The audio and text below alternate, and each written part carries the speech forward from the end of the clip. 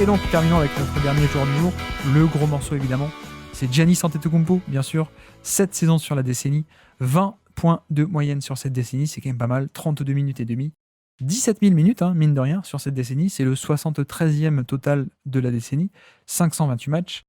MVP 2019, en tout cas, il a été élu MVP 2019, et aussi 2020 d'ailleurs. Je sais pas pourquoi j'ai pas noté 2020. Donc double MVP, on va dire. Défenseur de l'année également en 2020. 4 fois All-Star, 4 fois All-NBA, dont 2 fois dans la première équipe, 19 et 20, et 2 fois dans la deuxième équipe, 17 et 18. Et puis aussi 3 sélections All-Defense, dont 2 en première, 19 et 20. Donc plutôt pas mal comme palmarès. Comparaison NBDraft.net, pour eux, la comparaison c'était Nicolas Batum. Bon. Ok, oui, on en parlera de la draft, mais c'était compliqué de savoir qui il allait être, quoi. On va dire que c'est Nicolas Batum, mais tu sais que tu le mets sur Paint et tu agrandis l'image dans le coin, on va dire. Ouais, c'est ça. Ouais. C'est Nicolas Batum et tu lui rajoutes 1 mètre d'envergure peut-être. Bref, Draft Express, il n'y avait pas de comparaison à l'époque. Cela dit, c'est Draft Express qu'il a un peu découvert d'un point de vue médiatique. Je pense que dans les cercles un peu de front office, quelques-uns l'avaient déjà repéré, mais c'est Draft Express qui, en février 2013, du coup, part en Grèce et écrit un article qui révèle un peu au monde, en tout cas médiatique, mais aussi quelques front office, je pense, l'existence de ce joueur. Mais bref, donc la belle histoire, c'est Jonathan Givony qui était allé le voir. Toujours dans les bons coups. Ah bah oui, c'est un des premiers qui était vraiment tourné vers l'international. C'était aussi une des forces de Draft Express. Surnom Basketball Référence, donc rien de très, très loufoque, on les connaît. The Greek Freak, évidemment, ça sert quand on a un nom comme ça. Et surtout The Alphabet, il s'appelle The Alphabet.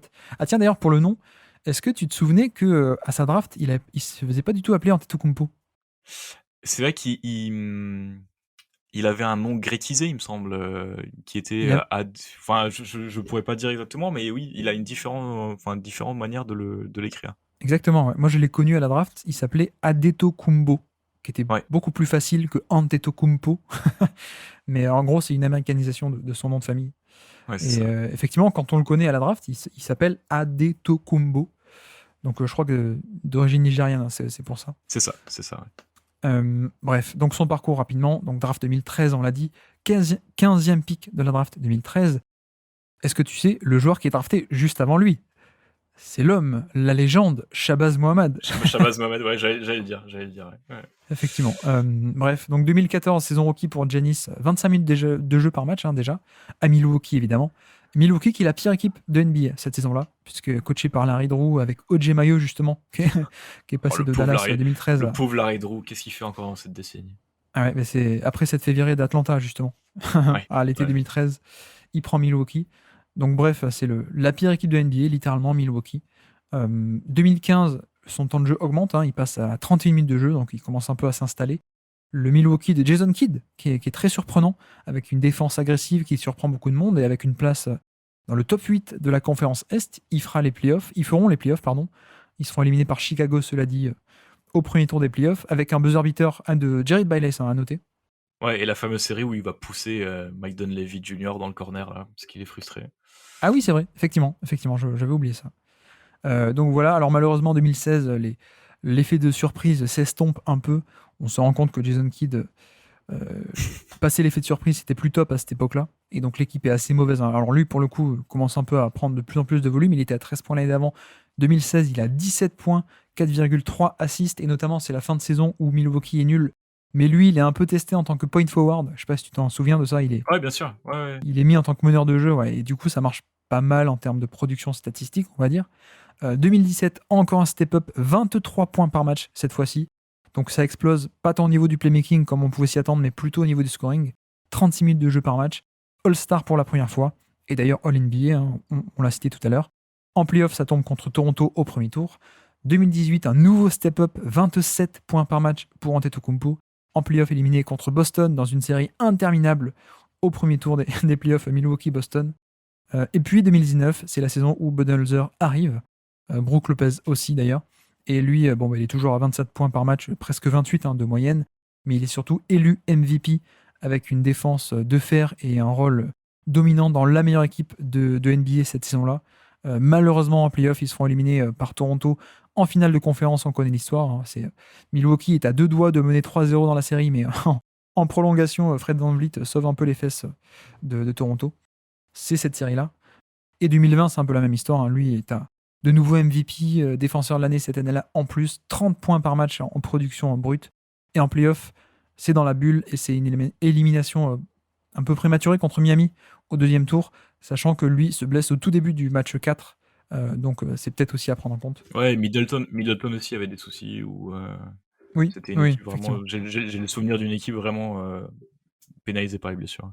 Cela dit, il se blesse au début du match 4, mais de mémoire, ils étaient déjà pas non plus menés 3-0, mais voilà, Miami commençait déjà beaucoup à les bousculer. Je crois même qu'ils menaient 2-1 à l'époque. Donc bref.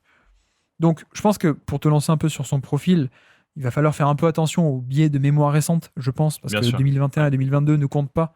Et on a un peu en tête cette image de c'est le meilleur joueur de NBA ou pas loin depuis 5 ans, on peut dire. Mais malgré ce biais de mémoire récente, et malgré peut-être un manque de longévité, on a quand même des top saisons, quoi. Ouais, mais c'est super facile de tomber dans la téléologie avec Giannis Antetokounmpo où en fait on va regarder le passé en fonction de ce qu'on connaît par rapport à aujourd'hui. C'est-à-dire que voilà, c'est très facile de voir dans sa première saison, alors qu'en fait il joue que 20 minutes et il met que 6 points par match avec une efficacité qui est très mauvaise. Ben, en fait, on peut dire oui, mais c'est déjà sa découverte. Enfin, il montre à tout le monde qu'il est capable de jouer en NBA alors qu'il a que 19 ans, personne ne le connaît, personne ne sait prononcer son nom. Donc il faut vraiment essayer, enfin en tout cas pour moi, c'est vraiment essayer de pas penser à ce qu'il est aujourd'hui et de penser à ce qu'il a vraiment été, parce que voilà, sinon on va le mettre très haut et par rapport à ce qu'il a vraiment été. Mais sur la décennie, ce qui m'a marqué quand même, c'est l'évolution de ses rôles offensifs en fait. Tu l'as dit, il y a cette année, il y a Jason Kidd où il annonce pendant l'été, voilà, l'année prochaine, Giannis sera le point forward, ce sera lui qui tiendra la balle.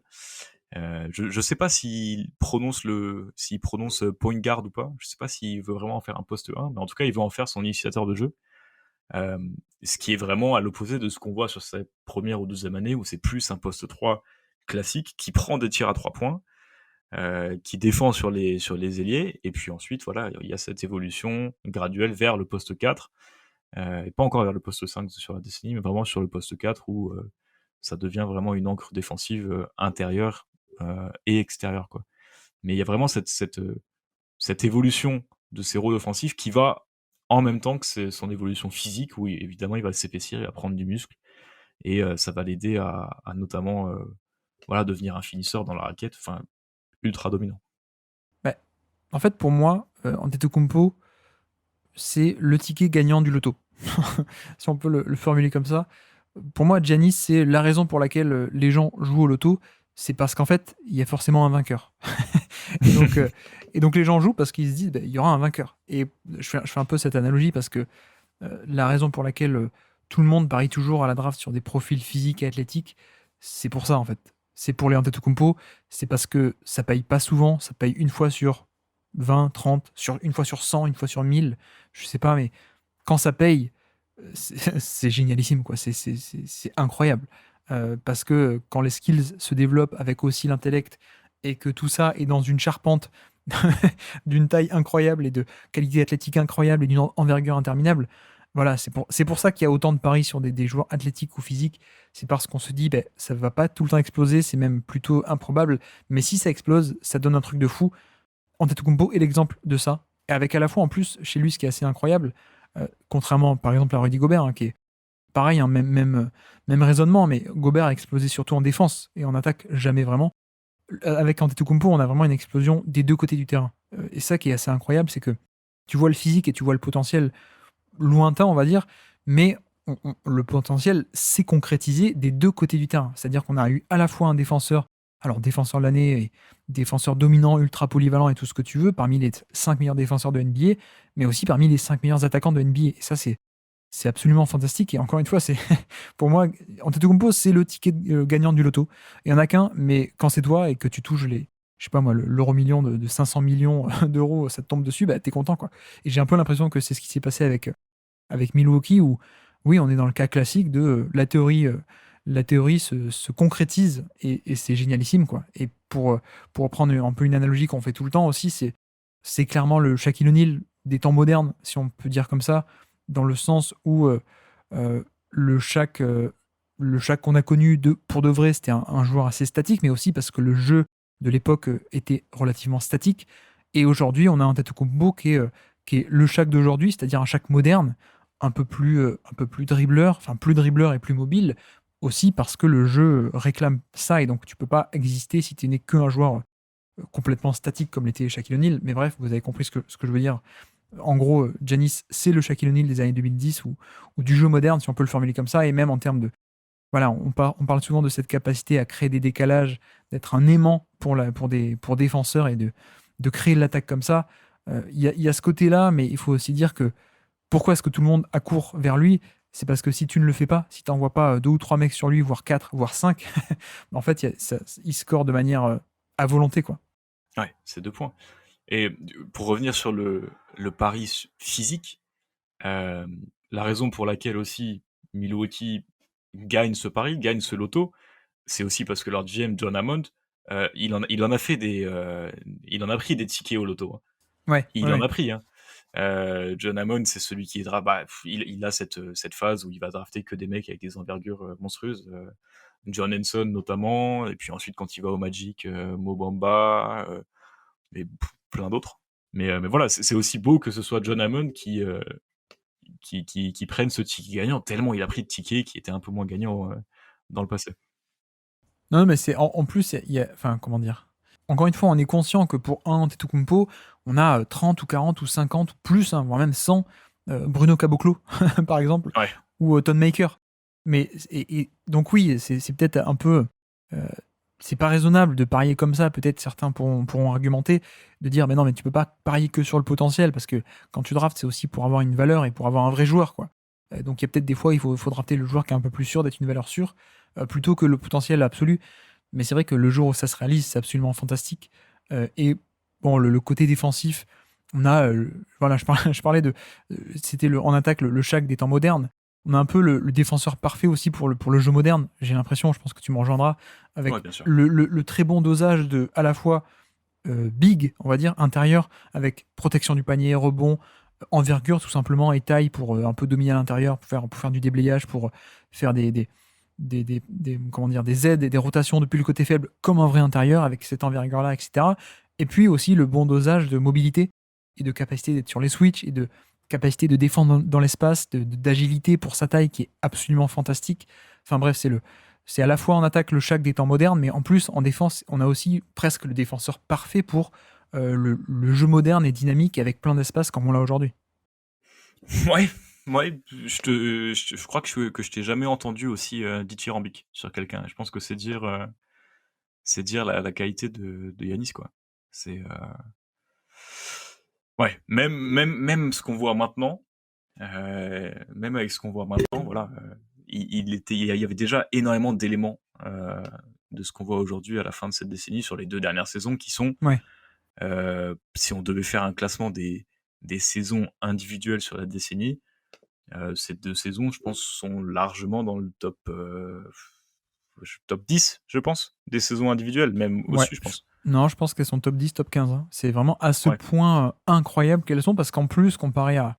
Tu vois, on l'a pas dit, mais tu vois, niveau efficacité, on est sur des zones incroyables, hein. C'est pas juste qu'il est efficace, c'est que, un peu comme Nowitzki, hein, il est dans ce club très privé des gens qui font d'une grosse efficacité par rapport à la moyenne sur des gros volumes. J'en avais déjà parlé, mais en termes d'usage de basketball référence, il a 28%, 31%, 32%, 37%, et plus 9%, plus 8%, plus 15% en 2019. C'est une des meilleures saisons all-time, et plus 9% encore.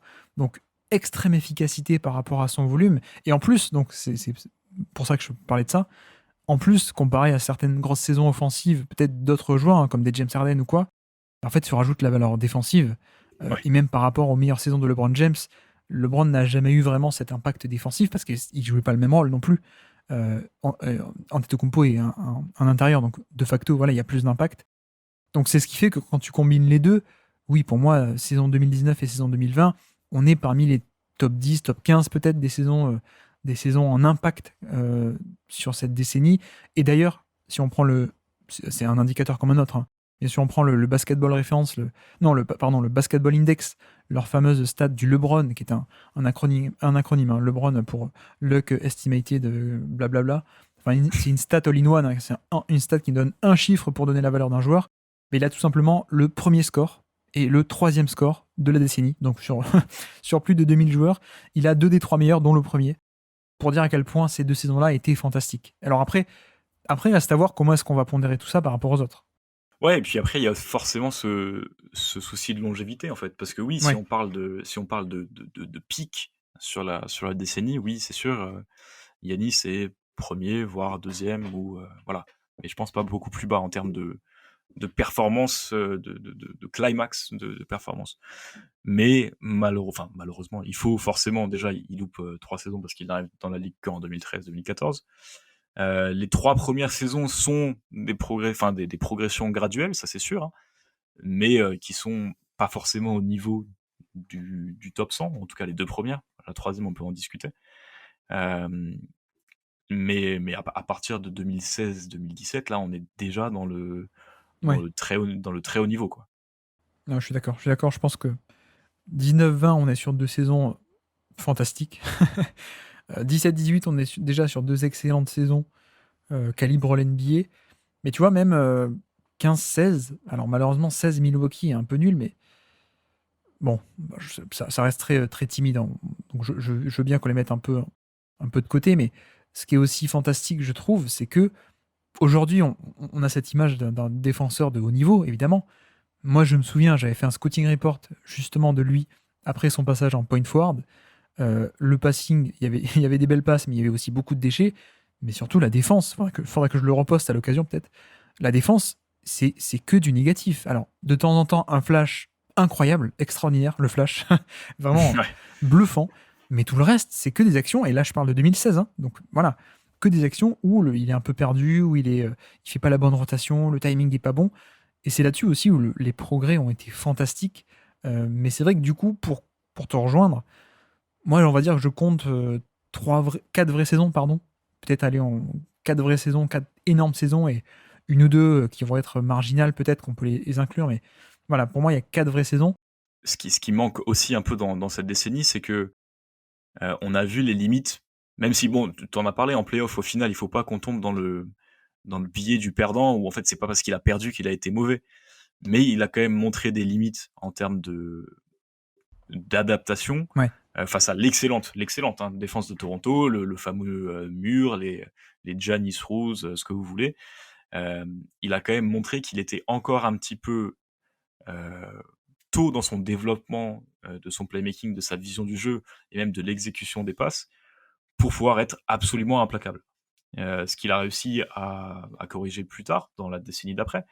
Mais aussi parce que l'effectif de Milwaukee était un peu moins bien construit, avec Eric Bledsoe toujours à l'intérieur et puis beaucoup de non-shooters sur le terrain. Mais c'est vrai qu'il y a cette série de playoffs, ou même celle d'avant, où il faut quand même un petit peu nuancer son implacabilité par rapport à la saison régulière. Qui moi, va juste me faire un petit peu nuancer ces saisons. Oui, certes, elles sont formidables, mais il y a quand même un goût d'inachevé collectif, parce que individuellement, voilà, c'est compliqué de tout lui imputer. J'avoue que j'aurais tendance à être assez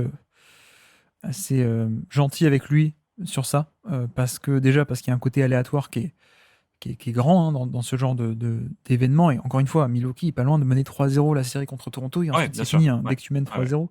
Et le match va en prolongation, je veux dire. Bref, donc il y a ce côté aléatoire, et puis il y a l'autre côté où je trouve qu'il n'était pas forcément optimisé offensivement comme il aurait pu. Mais bref, mais à la limite, je veux bien retenir quand même ce bémol, même si je nuance ce propre bémol, mais retenons-le quand même. Mais ça m'amène aussi à parler d'un point, j'ai failli oublier d'en parler, donc c'est bien que tu l'évoques. Et en fait, il a tout sauf le pull-up, le jump shot sur pull-up, le tir en sortie de dribble. Il a tout dans son répertoire sauf ça. Et en fait, on lui reproche presque de l'avoir, et c'est là-dessus aussi où il y a un peu une ambiguïté, je trouve, avec lui, où en fait, c'est, encore une fois, pour moi, c'est une version 2.0 de Shaquille O'Neal, mais en fait, c'est une version tellement moderne et tellement mobile et tellement porteur de balle d'un écraseur total à l'intérieur comme Shaquille O'Neal, enfin, il est tellement, entre guillemets, moderne dans sa façon d'interpréter le côté implacable de Shaquille O'Neal, qu'en fait, il y a un peu cette ambiguïté. On a aussi tendance à le ranger avec les porteurs de balles et avec les initiateurs un peu plus classiques. Oui. Je sais pas si tu vois ce que je veux dire, mais Ouais, bien sûr. Ouais. alors qu'en fait, est-ce que vraiment il mérite qu'on le tienne à ces standards-là quand, enfin, c'est un peu injuste d'attendre la même capacité de créer sur un contre un face à une défense resserrée sur du pull-up jumper, sur un tir en sortie de dribble, sur isolation. Est-ce que c'est pas un peu injuste de s'attendre à ce qu'il fasse ça aussi bien que des James Harden ou des LeBron James ou je sais pas, ou des Stephen Curry alors que dans le même temps, c'est Shaquille O'Neal 2.0 quoi. Et je dis ça parce que tu vois Joel Embiid par exemple, qui a pas du tout ce côté-là autant moderne, autant mobile, autant dribbleur que Antetokounmpo. Voilà, Joel Embiid, on a un peu conscience de ses limites, on sait que c'est un pivot, on sait qu'il y a certaines limitations en tant qu'initiateur offensif. Voilà, on en a conscience et on le prend comme ça. J'ai l'impression qu'avec Antetokounmpo, il y a un peu cette ambiguïté où il est tellement fort et il va tellement au-delà de ce rôle de simplement intérieur qui écrase tout dans la peinture que on le prend aussi, en tout cas on le tient sur certains aspects à des standards peut-être un peu trop élevés d'initiateur offensif, alors qu'en fait il est aussi fantastique quand il est un finisseur et que d'ailleurs on a bien vu que le playmaking de Jean Holiday a fait du bien, mais là on est hors décennie. Ouais, bien sûr, c'est ce que je veux dire, dans un rôle un peu plus classique d'intérieur, en tout cas sur demi-terrain. C'est là qu'il est le meilleur. Et puis, quand je parlais d'Eric Bledsoe, voilà, c'est les Bucks n'avaient pas encore forcément compris, Ouais. ou peut-être qu'ils avaient sûrement compris, hein, ils sont beaucoup plus intelligents que moi, mais ils n'avaient pas les capacités d'utiliser Antetokounmpo comme ils l'ont utilisé plus tard. Euh, mais il y avait toujours cette qualité en transition, de porter la balle et puis de créer en transition, ça il l'a toujours eu. Mais voilà, il y a ce côté sur attaque placée, face à la meilleure défense de la ligue à l'époque, c'était pas poussif parce que voilà, la production est là, mais c'est juste un léger bémol que je lui donnerais. Oui, c'est juste qu'il peut pas faire comme un Kawhi Leonard face à une défense resserrée, aller à mi-distance et prendre le pull-up sur la tête des gens, quoi. Ouais, c'est ça. Mais en même temps, Kawhi n'a pas la même capacité de création de décalage, il n'a pas la même implacabilité de scoring au panier, et il n'a pas l'impact défensif off-ball, de protection du panier et tout ça de Giannis Antetokounmpo non plus, quoi. Donc il y a ça aussi, quoi. Mais effectivement, ça a toujours été un peu le reproche qu'on lui a fait, c'est ce manque de pull-up jump shot. Il est peut-être trop bon dans son rôle. Du coup, on lui Ouais, c'est reproche. ça. On la met dans deux catégories, quoi. On le met à la fois dans le côté pivot dominant et en plus dans le côté. Il faudrait aussi, pardon, que ce soit un porteur de balle classique. Bah, c'est juste qu'il a combiné tellement d'aspects physiques qui, comme tu disais, voilà, Ouais. sont parfaits pour l'époque, qu'on a envie qu'il incarne aussi la grande révolution de l'époque avec le tir à 3 points, quoi. C'est mais c'est aussi cet anachronisme qui fait sa force. C'est comme si on disait, Luka Doncic, il n'a pas l'impact d'un pivot rim protector. Est-ce que vraiment on lui en tient rigueur? Je crois pas.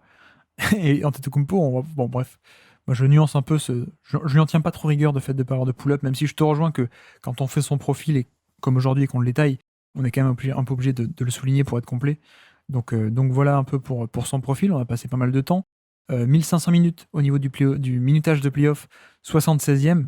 C'est au niveau pas loin de Dirk Nowitzki, de Kevin Garnett ou de Tony Allen.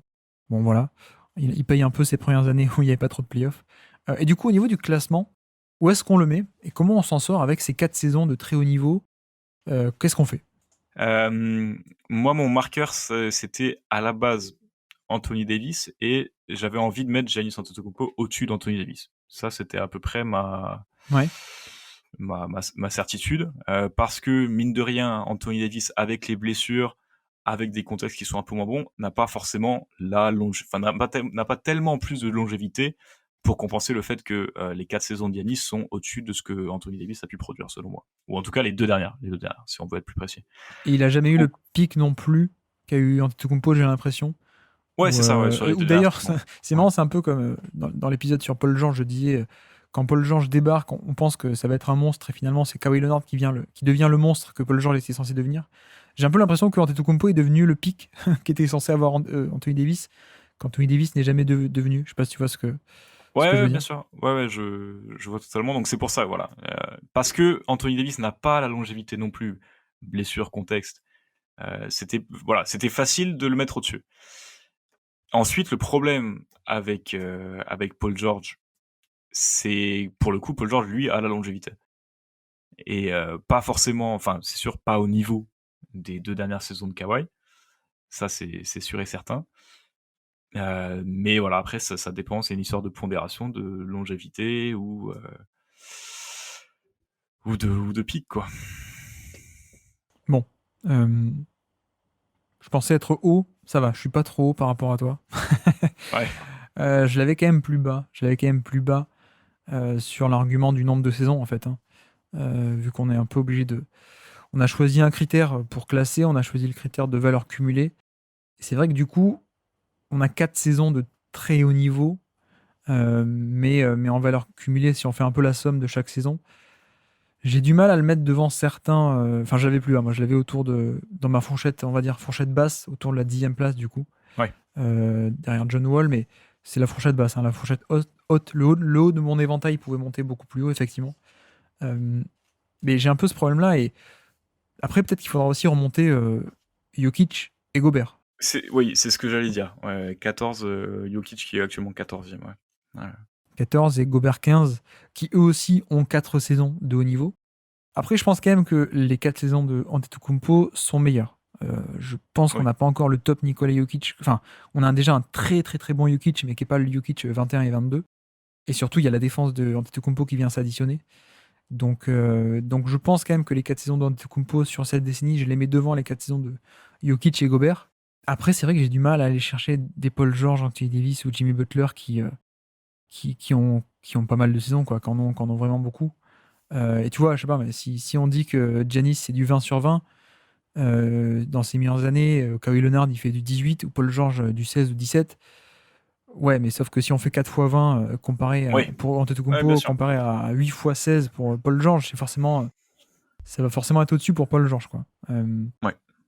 Après, je sais pas, je comptais peut-être m'aventurer jusqu'à John Wall, Blake Griffin, voire Kyle Lowry, Kyrie Irving, éventuellement, mais ça me paraît quand même une pondération peut-être très forte de ces 4 années. Je ne sais pas, qu'est-ce que tu proposes? Non, moi ma fourchette, donc du coup ma fourchette haute, hein, c'était 4, donc enfin Ouais. du coup 5 derrière Paul George. Ouais. 5 derrière Paul George devant Anthony Davis. Et ensuite c'était ma fourchette basse, c'était entre Irving et Lowry, en gros. Et je voulais pas descendre en dessous de Lowry, voilà, ça c'était sûr. Mais voilà, pour l'argument de la longévité, je comprends totalement que Butler, Irving ou voilà, enfin Paul George c'est sûr, mais que Irving ou Butler passent devant. Le problème, tu vois, après le problème de John Wall et de Blake Griffin, c'est que j'ai l'impression qu'ils ont pareil de 2, 3, 4 saisons à leur pic, mais après aussi beaucoup de saisons qui sont compliquées avec des blessures, mais qui leur pic n'approche pas celui de Giannis, quoi, sur les 3 dernières saisons. Ouais, tu veux dire qu'en fait, eux aussi, ils ont pas mal de saisons loin de. Enfin, comment dire? Ils ont un pic qui est similaire, on va dire, en termes de nombre d'années. Le reste, un peu plus valuable que Antetokounmpo quand il était jeune, mais leur pic beaucoup moins fort que le pic d'Antetokounmpo. Ouais, j'aurais tendance vraiment à donner beaucoup de valeur à ces 2 dernières années d'Antetokounmpo, quoi. Ouais. Sur une échelle de 20, il serait pas loin de 22, tu vois, avec des points bonus. Parce que on est là, quoi. Non, ça me paraît pas fou. Coupons la poire en deux. Coupons. Cette fameuse poire qu'on n'arrête pas de couper. La pauvre. Je veux bien qu'on le fasse passer devant John Wall et Blake Griffin, et je pense qu'on devrait rediscuter du coup de Nikola Jokic et Gobert, peut-être, éventuellement pour les rapprocher. Je ne sais pas, mais effectivement, c'est toute la difficulté, c'est comment pondérer qualité versus quantité, quoi, finalement. Ouais. Faisons comme ça. Donc là, actuellement, il serait 9e derrière des Butler, Irving, Lowry. Je sais que je vais me faire taper sur les doigts sur le Discord pour Kyle Lowry. Je le sais. Mais en même temps, dans le critère du jour qui est l'accumulation sur la somme cumulée sur les 10 ans. Ouais. Ok, on verra ça, mais je pense que ça va être rediscuté maintes et maintes fois. Bon, je pense qu'on s'en est pas mal tiré quand même, hein. Franchement, FD, on s'en est pas mal tiré au niveau du classement. Ouais, bah écoute, j'espère qu'on a quand même donné de la matière aux futurs invités de pouvoir corriger les choses. Mais je leur fais confiance pour corriger nos billets. Bref, donc du coup, finissons avec un petit quiz. bien sûr. Alors, quiz beaucoup plus rapide. C'est un kické sur le terrain. Non pas un kické dans l'effectif. C'est un kické sur le terrain. Action, non pas légendaire, mais action marquante quand même. Nous sommes le 5 janvier 2017. C'est le buzzer beater de Antetokounmpo contre les Knicks au Madison Square Garden. Ah, tu vois, je croyais que t'allais me parler de quand il saute au-dessus de Tim Hardaway Jr. Ah non, parce que moi je suis très peu pour moi, c'est le genre d'action où on est censé être impressionné qu'un mec hyper grand saute par-dessus un mec hyper petit. Non, c'est le buzzer beater, le tir au buzzer. Je sais pas si c'est le même match d'ailleurs, je crois pas. C'est à peu près la même période en tout cas. Bref, est-ce que tu es capable de me citer des joueurs sur le terrain au moment de ce buzzer beater en 2017 ? J'ai envie de dire qu'il le met sur Melo. Non, mais Melo est sur le terrain. Ok, Melo est sur le terrain, mais il le met pas sur Melo. Bledsoe pour les Bucks. Non, pas encore. John Henson. Il n'est pas sur le terrain. Non, alors Chris Middleton, voilà, Chris Middleton.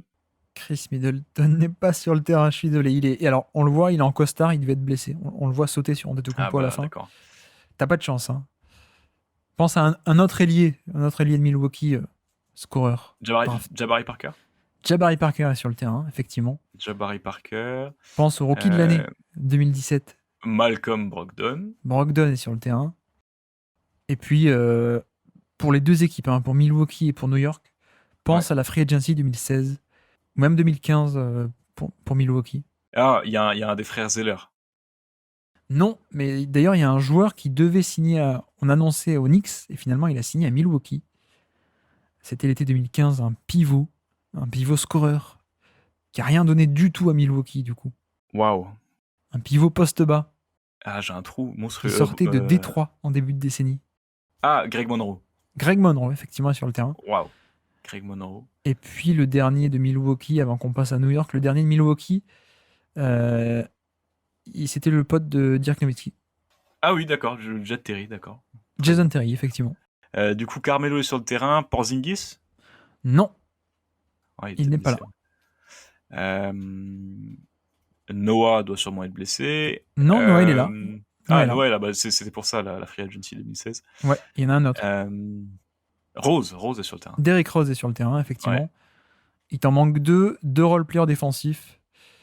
Lance Thomas, exactement. Alors là, je suis impressionné que tu le trouves. C'est lui qui se prend le buzzer beater. Fan des Knicks. Et le dernier, c'est plutôt un role-player 3&D, un arrière, qui a fait pas mal d'équipes. Vraiment beaucoup d'équipes. Tim Hardaway Jr., mais t'as dit 3&D. Ah si. Non. Il a un nom coréen, comme diraient Thierry Roland et Jean-Michel Larquet. Ah ouais, alors ça... Attends. Un nom coréen ? Un nom coréen. Non, du tout. Référence à un commentaire très célèbre de Thierry Roland. C'est Courtney. Ah, excellent. Oui, Courtney, d'accord. C'était Courtney sur le terrain. Ah oui, c'est vrai que c'est Courtney et pas Aaron Aflalo qui vient avec Noah et Rose. Ouais, c'est vrai. Et donc, voilà. Mais il faut que je révise mes New York Knicks 2017. Quoique, j'ai pas forcément besoin de m'infliger ça.